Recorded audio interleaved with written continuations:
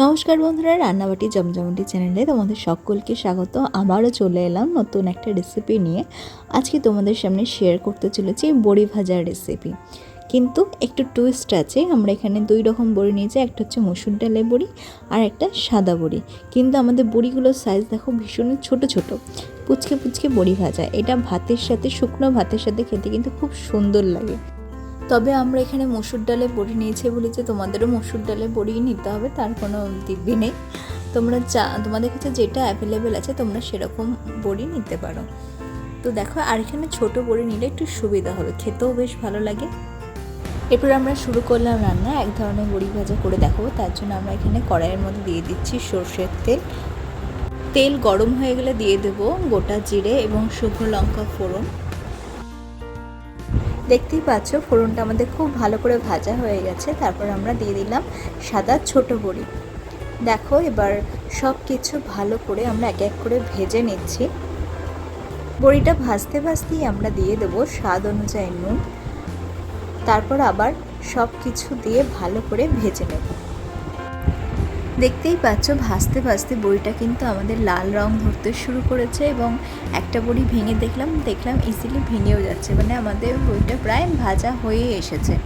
তোমরা সবাই জানো কি, বড়ি খাওয়া কিন্তু আমাদের শরীর বা স্বাস্থ্যের জন্য খুবই ভালো একটা জিনিস, কারণ আমরা প্রত্যেকেই জানি ডালের মধ্যে প্রোটিন থাকে এবং সেই ডাল থেকেই তৈরি হয় এই বড়ি। তো বড়িটা আমাদের ডায়েট চার্টে রাখা খুবই ভালো একটা জিনিস। অবশ্যই এত তেলে ভাজা নয়, রোস্ট করে যদি তোমরা খেতে পারো তাহলেও ভালো, কিন্তু মাঝে মাঝে তো একটু চিট করাই যেতে পারে। তো দেখো, আমাদের কিন্তু এই নুন ঝাল বড়ি ভাজা কিন্তু একদম রেডি। আচ্ছা, কারা কারা বড়ি ভাজা দিয়ে পেঁয়াজ মেখে খেতে বেশি ভালোবাসো সেটাও কিন্তু কমেন্ট করে জানি। এবার চলে যাচ্ছি আমরা সেকেন্ড বড়ি ভাজাতে। তো যেটুকু তেল বেঁচেছিল, তো সেইটুকু তেলের মধ্যেই আমরা দিয়ে দিলাম এই মসুর ডালের বড়িগুলো। দেখো, এই মসুর ডালের বড়িটাও ভাজতে ভাজতে কিন্তু আস্তে আস্তে লাল হয়ে আসছে, মানে মসুর ডালের বড়িটা বেশ ভালো করে ভাজা হয়ে গেছে। এবার দেখো, আমাদের বড়ি ভাজা হয়ে গেছে, কিন্তু এই বড়িটাকে একটু মিষ্টি মিষ্টি করার জন্য আমরা এখানে গুড় দিচ্ছি। এবার গুড়টাকে মাঝখানে রেখে একটু ক্যারামেল করে নিচ্ছি, একটু লিকুইড ফর্মে এনে নিচ্ছি যাতে বড়ির সাথে মিশতে সুবিধা হয়। দেখো, একটু হিটেতেই কিন্তু গুড়টা আস্তে আস্তে মেল্ট হতে শুরু করে দিয়েছে। এবার আস্তে আস্তে খুব সুন্দর করে মেল্ট হয়ে যাবে। তারপর আমরা এই গুড়টা সমস্ত বড়ির সাথে মিশিয়ে দেবো।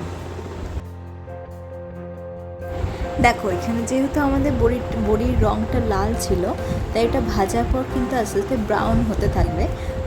তো দেখতে কালো কালো লাগলেও খেতে কিন্তু দারুণ হয়। এই গুড় দিয়ে ভাজা মসুর ডালের বড়িগুলো ভাজার পর কিন্তু খেতে ভীষণ সফট হয় এবং ভীষণ টেস্টি হয়। আমার তো মনে হয় গুড় দিয়ে ভাজা বড়িটাই বেশি টেস্টি হয়।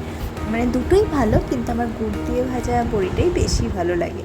তো তোমরা বাড়িতে বানাও, আমাদের কমেন্ট করে জানিও তোমাদের কোন বড়ি ভাজাটা বেশি ভালো লেগেছে, আর তোমরা অন্যরকম করে বড়ি ভাজা করো কি না সেটাও কিন্তু কমেন্ট করে জানিও। আর আমাদের রান্নাগুলো কেমন লাগছে সেটা কমেন্ট করে জানাতে একদম ভুলো না।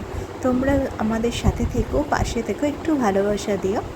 চলো টাটা, আবার দেখা হবে পরে অন্য কোনো রান্নার সাথে। আর একটা কথা বলে রাখি, যদি কেউ তোমরা আমাদের চ্যানেল নতুন বন্ধু হয়ে থাকো তো চ্যানেলটা সাবস্ক্রাইব করে নিও, পাশে থাকা বেল আইকনে প্রেস করতে একদম ভুলো না।